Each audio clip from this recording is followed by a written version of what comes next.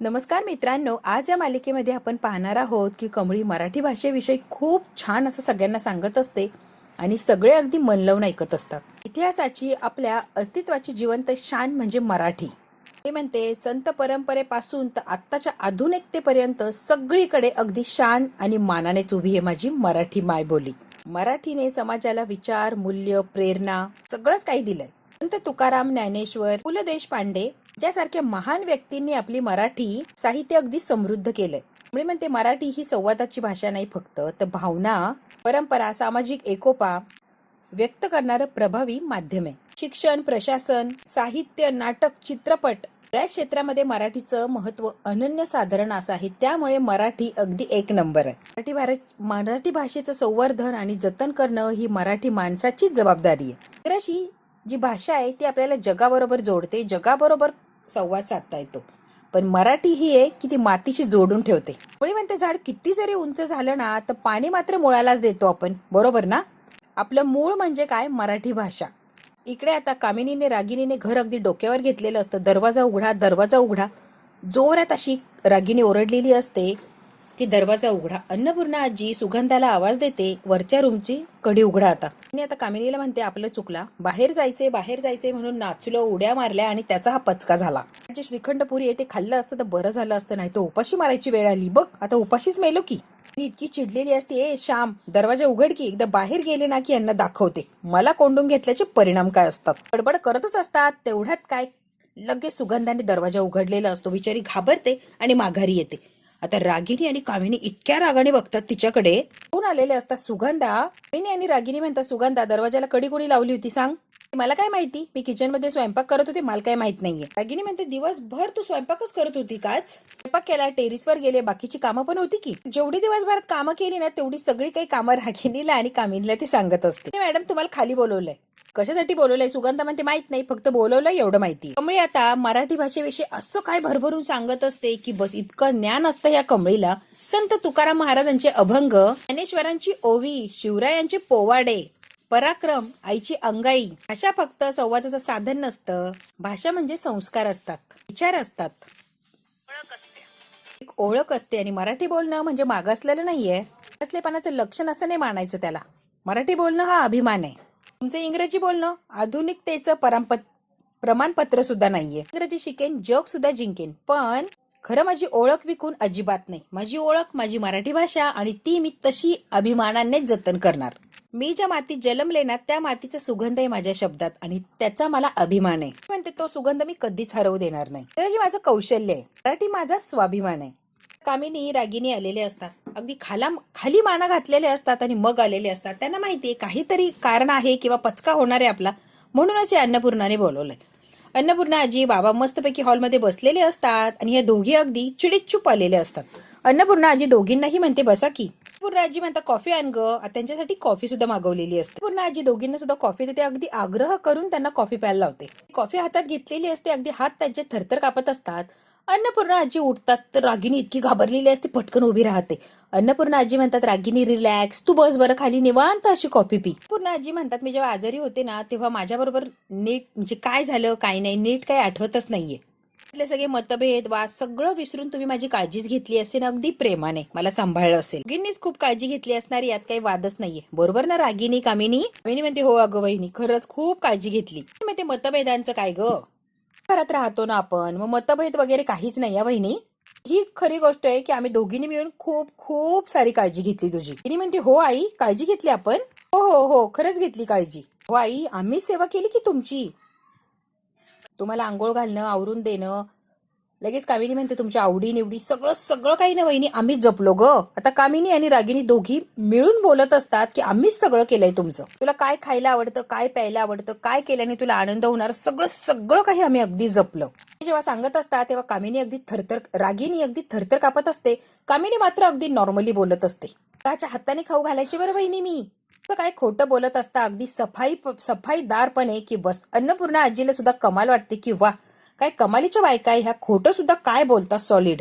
अन्नपूर्णा आजी म्हणतात, खरंच आजकालच्या जमान्यात कोण कुणासाठी एवढं करायला लागलं, पण तुम्ही फार केला. खरंच मला खूप आनंद वाटला. रागिनी, कामिनी, तुम्ही दोघींनी ते केलं माझ्यासाठी. मला फार आनंद आहे बघ या गोष्टीचा. अन्नपूर्णा आजी अगदी हात जोडतात दोघींना. कामिनी रागिनी बघतच राहिलेले असतात. कामिनी म्हणते, अगं या निमित्ताने काहीतरी गोडधोड आणायचं आणि तोंड गोड करायचं असं वाटायला लागलंय. तोंड गोड करायची नाही इच्छा आहे माझी. एक कामिनी अगदी सहज फसलेली असते, पण रागिनी जी असते ती फसत नाही. तिला माहिती म्हातारी खूप पोहोचलेली आणि इथचं काहीतरी वेगळंच चाललंय. पुन्हा आजी म्हणतात, काय आणू तुमच्यासाठी सांगा बरं. तुम्ही म्हणाल ते आपण मागवूया. ए रागिनी, काय मागवायचं सांग की. कामिनी आता गालातल्या गालात हसत असते की ही म्हातारी वेडी आहे म्हणून तिला हसू येत असतं.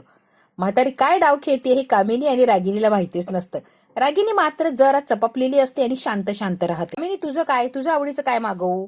त्याची आवश्यकता नाही बहिणी, काही गरज नाही बघ काही मागवण्याची. असू दे. कामिनी, संकोच करू नको. आता विचारतीये तर सांग की. आता एवढा आग्रह करून विचारतीये तर सांगूनच टाकते बहिणी मी. जिलेबी मागव, मला आवडती जिलेबी गरमागरम. अन्नपूर्णा आजी म्हणतात, लाडू आणि जिलेबी 2 पदार्थ मागवायला लागणार, तेही खूप मोठ्या प्रमाणात. बरोबर ना ग. अन्नपूर्णा आजी म्हणतात, बरोबर ना ग. 2च वस्तू मागवायच्या ना, लाडू आणि जिलेबी. अशा काही चपापलेल्या असतात की बस. इकडे आता कमळी मुलं असतात ते म्हणतात की आम्ही मराठी बोलणार नाही किंवा शिकणार सुद्धा नाही. त्यांच्याकडे मोर्चा वळालेला असतो कमळीचा. काय रे, मराठी बोलायची नाही, मराठी शिकायची नाही, बरोबर ना. काहीच गरज नाहीये तुम्हाला, बरोबर. ज्या मातीत उभं आहे, ज्या शहरात राहता तुम्ही, जिथं काम करता, ज्यांच्याशी जुळवून घेण्याचा प्रयत्न करता, भाकर तुकडा कमवता, खाता पिता, त्या लोकांशी, त्या मातीशी जुळवून घ्यायची सुद्धा गरज वाटत नाही तुम्हाला.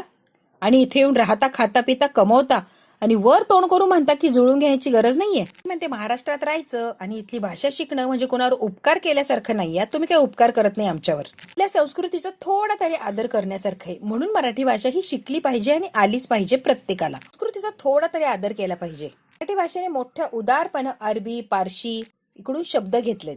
आपल्या वळणानं वळवलं, आपल्या भाषेमध्ये बोललो. मराठी भाषा आहे ना, तिचं मन लय उदार आहे बघा. सगळ्यांना आपल्या सामावून घेते. म्हणून तिचा मूळ भाग आहे तो सोडलेला नाहीये. मी म्हणते इंग्रजी गरजेचीच आहे, त्याला काही वादच नाहीये. त्याबद्दल काही हरकत सुद्धा नाहीये. इंग्रजी शिका, बोला, वागा, काय करायचं ते करा. वेळेला 10-10, 15-15 भाषा शिका, ती गरज आहे.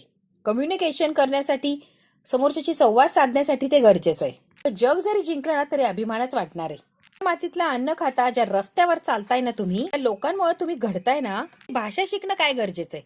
असं जेव्हा तुम्ही म्हणता ना, तेव्हा तुम्ही नाही तर तुमच्यातला अहंकार बोलतो, तुमच्यातला इगो बोलतो. भाषा शिकणं म्हणजे कोणी लहान होत नाही, कळालं. कमीपणाचं लक्षण नाहीये. ती दुनिया अजून मोठी होते आणि वाढतच जाते. दुसऱ्या भाषेला देत असणारे मान सन्मान हे आपले संस्कार काय ना हे दाखवून देतात. माणसाची उंची कितीही परिस्थिती श्रीमंत असली किंवा कितीही उंचांक गाठला, त्याची उंची त्यावरून ठरत नाही, तर तो किती मान सन्मान, किती आदर करतो आपल्या भाषेचा, त्याच्यावर ठरते. आपल्या मातीला, आपल्या भाषेला किती सन्मान देतो ना, त्याने त्याची उंची ठरते, त्याने त्याची प्रगती ठरते. आता अन्नपूर्णा आजीने चांगलाच आदर सत्कार सुरू केलेला असतो कामिनीचा आणि रागिनीचा. त्यांना अगदी टेबलवर बसवलेलं असतं. डायनिंग टेबलवर बसा बसा, व्यवस्थित बसा, निवांत. अगं रागिनी रिलॅक्स. रागिनी अगदी घाबरत घाबरत खुर्ची ओढते आणि बसण्याचा प्रयत्न करत असते. या दोघी निर्लज्जासारख्या बसलेले असतात. अन्नपूर्णा आजीने जिलेबी आणि लाडू आणलेले असतात. अनाग पटकन, आणि दोघींच्या समोर जिलेबी आणि लाडू ठेवलेले असतात. रागिनी एका मिनिटात लाडू उचलते आणि तोंडात घालणार. अन्नपूर्णा आजी म्हणतात, थांब थांब रागिनी, मला बरं नव्हतं तेव्हा तुम्ही प्रेमाने किती माझं काम केलं, सगळं काही मला आनंद मिळेल असं वागल्या, माझी सेवा केली, माझ्या हाताने मला स्वतःला खाता येत नव्हतं, तुमच्या हाताने मला भरवलं, खूप खूप काही केलंय ग तुम्ही माझ्यासाठी.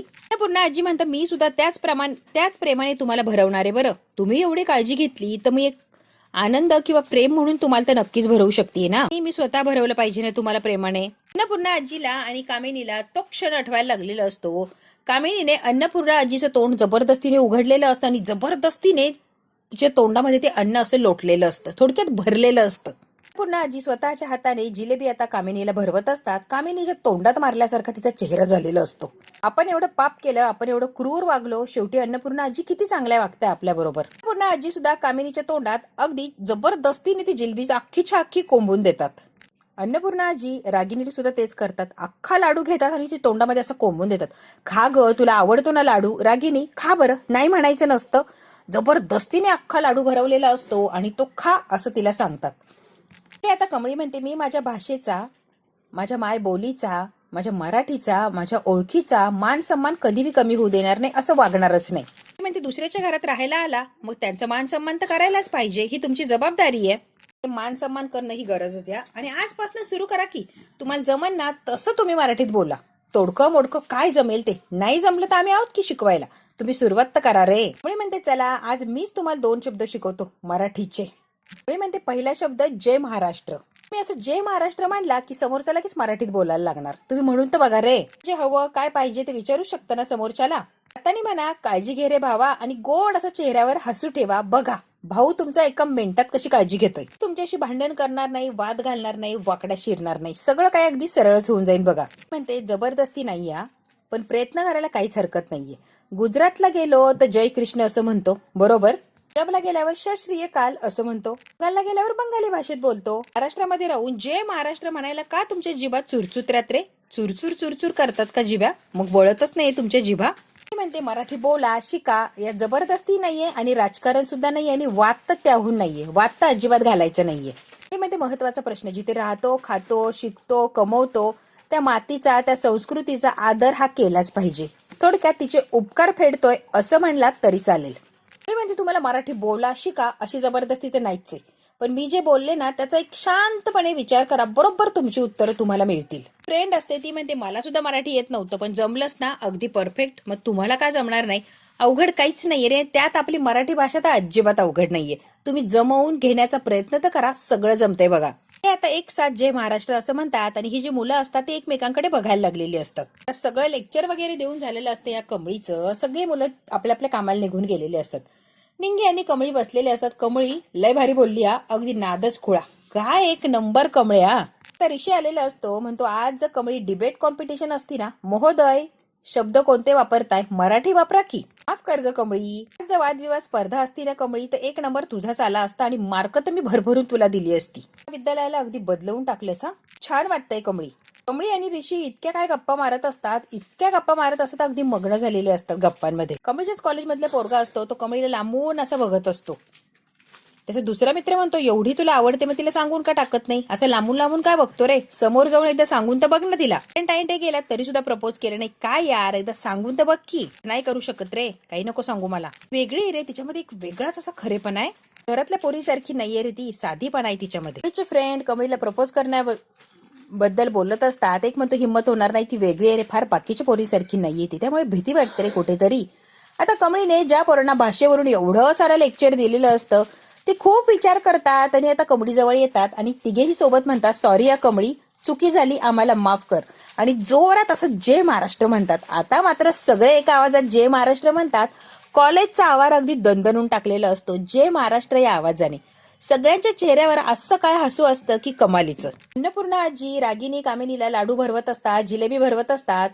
एकाला लगेच व्हिडिओ काढायला लावलेला असतो. अन्नपूर्णा आजी म्हणतात समोरून या आणि व्हिडिओ काढा. त्यांनी मला कसं भरवलं आनंदाने तसं मीही भरवतीये ना, मग व्हिडिओ शूटिंग काढायचं. चला चला. अन्नपूर्णा आजी म्हणते मी चांगल्या संस्कारात वाढले आणि आयुष्यभर तशीच वागत राहिले.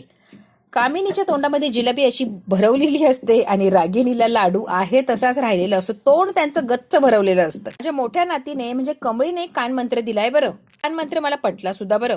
कुठलाय तो कानमंत्र माहितीये का? तशाच तसं वागावं आणि मी बरोबर तसंच वागतीये. तुम्ही मला प्रेम केलं, मी तुम्हाला प्रेम करतीये. पुन्हा आजी जबरदस्तीने अशी काय जिलेबी आणि लाडू भरवत असतात की नको नको म्हणत असतात आणि रडायला लागलेले असतात. अन्नपूर्णा आजी राग आलाय असं दाखवतच नाही, अगदी प्रेमाने लाडू अगदी भरवत असतात आणि जिलेबी सुद्धा. यांची बोलती तर बंद केलेलीच असते, यांची अक्कल सुद्धा जागेवर आणलेली असते. रागराग करून प्रत्येक गोष्ट मिळत नाही, तर गोड बोलून खोड मोडता येते. अगदी पक्क उदाहरण अन्नपूर्णा आजीने मांडलंय आपल्या समोर. इकडे कॉलेजमध्ये छान आणि उत्साही प्रसन्न असं वातावरण असतं. आता आजीने जो व्हिडिओ काढलेला असतो तो व्हायरल झालेला असतो. प्राजक्ता येते पळत, अगं आजीचा व्हिडिओ बघ की व्हायरल झालाय. कमळी आणि निंगी सुद्धा तो व्हिडिओ बघतात. कमळी म्हणते एक नंबर, एकदम भारी केलंय आजीने. आता कुठं आजी रंगात आल्यासारख्या वागायला लागल्यात बघ. अन्नपूर्णा आजीने चांगली जिरवलेली असते कामिनीची आणि रागिनीची. त्यांना धड बोलताही येत नसतं आणि सांगताही येत नसतं. अशी काय त्यांची अवस्था करून टाकलेली असते. अगदी मुक्याचा मार दिलेला असतो. नमळतंय का उलटीसारखं होतंय तेच कळत नाही, पण काहीतरी मला होतंय. अगदी वाकड्या तिकडे पडायला लागलेले असतात. पोट फुगवून त्यांचं फुटतं की काय अशी अवस्था केलेली असते अन्नपूर्णा आजीनी. असं काय लाडू आणि जिलेबी त्यांना भरवलेले असतात की जागेवरच त्या लोळत असतात, अगदी वाकडे तिकडे होत असतात. तेवढ्यात काय आनंदाने कमळी आलेली असते आजी आजी करत. ची गंमत बघायला राजन सुद्धा हॉलमध्येच बसलेले असतात. ते आता हसत असतात अन्नपूर्णा आजीकडे बघून. आता लांबूनच बघते आणि म्हणते अरे आई आई आई काय छान वाटतंय बघा. त्रास बीस होतोय का तुम्हाला? काय माहितीच नाहीये, बघ की कशी नाटकं करतीये. पूर्ण आजी यांच्याकडे लक्षच देत नाही, अगदी वाकड्या तिकडे होत असतात या. गिनी म्हणते त्या दोघी जरी म्हातारीला वर घेऊन गेल्या, अजून काय खिचडी पकणार आहे. राजन म्हणतो तुम्ही नका टेन्शन घेऊ, तुम्ही तुमचं बघा. गिनी आणि कामिनी म्हणतात ही म्हातारी दिसती तशी नाही ग, पोहोचलेली आहे फार. पूर्ण आजी कमळीला आता आरशासमोर आणून उभी करतात. पूर्ण आजी ज्या मोठ्या नातीसाठी जी खोली तयार केलेली असते त्या खोली स्वतः दरवाजा उघडून कमळीला तिची खोली देतात. खोली इतकी छान अशी तयार केलेली असते आणि खूप छोट्या छोट्या गोष्टींची तिथे मांडणी केलेली असते. अगदी कमळी लहान असल्यापासून काय गोष्टी तिला खेळायला लागतील, काय हव्या नको, सगळ्या गोष्टी त्या रूम मध्ये अशा मांडून ठेवलेल्या असतात. कमळी बघते आणि कमळी इमोशनल झालेली असते. निंगी बघते, निंगीलाही फारच कौतुक वाटतं की अन्नपूर्णा आजीने किती बारीक गोष्टींचा विचार केला आणि किती काय सगळं जपवून ठेवलंय. अन्नपूर्णा आजी कमळीला म्हणतात सगळं तुझ्या हक्काचे आणि ते तुला मिळायलाच हवंय. जन म्हणतात आतापर्यंत प्रत्येक वर्षी तुझ्यासाठी गिफ्ट घेतलेत आईने, सगळ्या गिफ्ट इथे मांडून ठेवल्यात. तिच्या अगदी डोळ्यात पाणी आलेलं असतं हे सगळं बघून आणि अन्नपूर्णा आजीचं प्रेम बघून. ती अगदी स्तब्ध राहिलेली असते. राजन म्हणतात तू आई जे म्हणते तसं वाग, तसं ऐक, आईला खरंच बरं वाटेल बघ. अगदी घाबरल्यासारखी झालेली असते आणि कुणाच्या तरी भावनांशी खेळतोय हे तिच्या मनामध्ये सारखं येत असतं. मुळीचा हक्क आहे राजन तो, म्हणून हे गिफ्ट तिला घे असं म्हणतीये मी. हक्क आहे तिचा, माझी नात आहे ना ती, मग हक्क अधिकार आहे की. आजी ते गिफ्ट उघड असं सारखं तिला सांगत असतात. ती म्हणते तुम्ही दाखवा की तुमच्या हाताने तिला गिफ्ट भारी वाटन. पूर्ण आजी म्हणतात चल मीच तुला दाखवते गिफ्ट. जे गिफ्ट असतात ते दाखवते आजी. 1 वर्षाच्या नातीसाठी काय भेट घेतली होती, 2 वर्षाच्या नातीसाठी काय घेतली होती, सगळं अगदी मन लावून जपलेलं असतं आणि सगळ्या गोष्टींची माहिती करून देतात कमळीला. ते बघते आणि कमळी अगदी थक्क झालेली असते. कमळीची बोलतीच बंद होऊन जाते. छोट्या छोट्या गोष्टी असे जपून ठेवलेल्या असतात अगदी प्रेमाने आणि प्रत्येक वर्षी वेगवेगळं गिफ्ट घेतलेलं असतं आपल्या नातीसाठी. म्हणजे आता आजीकडे बघते डोळे भरून आणि डोळ्यात पाणी आलेलं असतं. आई तुळजाई मी काय करतेय. अन्नपूर्णा आजी एवढ्या निर्मळ मनाने सगळं काही सांगताय, बोलताय, माझ्यावर प्रेम करताय, विश्वास ठेवताय, अगदी मन मोकळ्यापणाच्या आहेत त्या, मात्र त्यांनाच फसवती. हे चुकीचं आहे ना देवी आई. लहान असताना तिच्यासाठी सोन्याच्या बांगड्या घेतलेल्या असतात. त्या बांगड्या सुद्धा अन्नपूर्णा आजीने तिच्या हातात ठेवलेल्या असतात. अन्नपूर्णा आजीच्या सुद्धा डोळ्यामध्ये आनंद अश्रू असतात आणि कमळीला वाईट वाटत असतं की एवढ्या गोड बाईला आपण फसवतोय. बघू आता कमळी सत्य काही सांगणार का अन्नपूर्णा आजीला. अन्नपूर्णा आजीला सत्य सांगितल्यावर काय होणार, धक्का बसणार की परत पहिल्यासारख्या त्या होणार, हे जर बघायचं असेल मित्रांनो तर बघायला लागणार पुढचा भाग. पुढच्या भागात काय होतं अगदी थोडक्यात बघूया आपण. श्याम आलेला असतो अगदी बरा होऊन. कमळी म्हणते श्याम दादा बरं वाटतंय का. हो बरं वाटतंय. अन्नपूर्णा आजी म्हणता काय लागलं. गिझरचा शॉक लागला होता. कसं आहे ना आजी, ज्यांनी गिझर मध्ये बिघाड केला होता ना त्यांनाच आता शॉक लागण्याची वेळ आली आहे. गिनीला असा काय फ्रीजचा करंट लागलेला असतो की बस. कामिनी म्हणते फ्रीजला शॉक लागत नाही राजा, वेडी आहेस का तू. फ्रीज पकडलेला असतो असं काय तिला झटका बसतो. लागला ना तुला शॉक. लागला नाही शॉक आला सुद्धा. ती जेव्हा केस सुकवत असते तेव्हा तिला सुद्धा त्या ड्रायर मशीन मध्ये शॉक लागलेला असतो. तिघींना सुद्धा शॉकचे झटके दिलेले असतात. अन्नपूर्णा आजीने असं काय केलेलं असतं कमळीने आणि अन्नपूर्णा आजीने की या तिघींना शॉक बसत असतो. कामिनी म्हणते फक्त आपल्या तिघींनाच कसा शॉक बसतोय. कमळी म्हणते कसं आहे ना कडू आजी, जैसी करणी वैसी भरणी. तिघींची सुद्धा बोलती बद्द झालेली असते आणि अगदी शर्मेने माना खाली घालतात. बघू आता कमळी आणि अन्नपूर्णा आजी कशी आणि काय जिरवते या तिघींची, हे बघायला खरंच मजा येणार आहे. हे बघूया आपण पुढच्या भागात. हा भाग इथेच संपला. व्हिडिओ आवडल्यास लाईक, शेअर, सबस्क्राईब नक्की करा. धन्यवाद.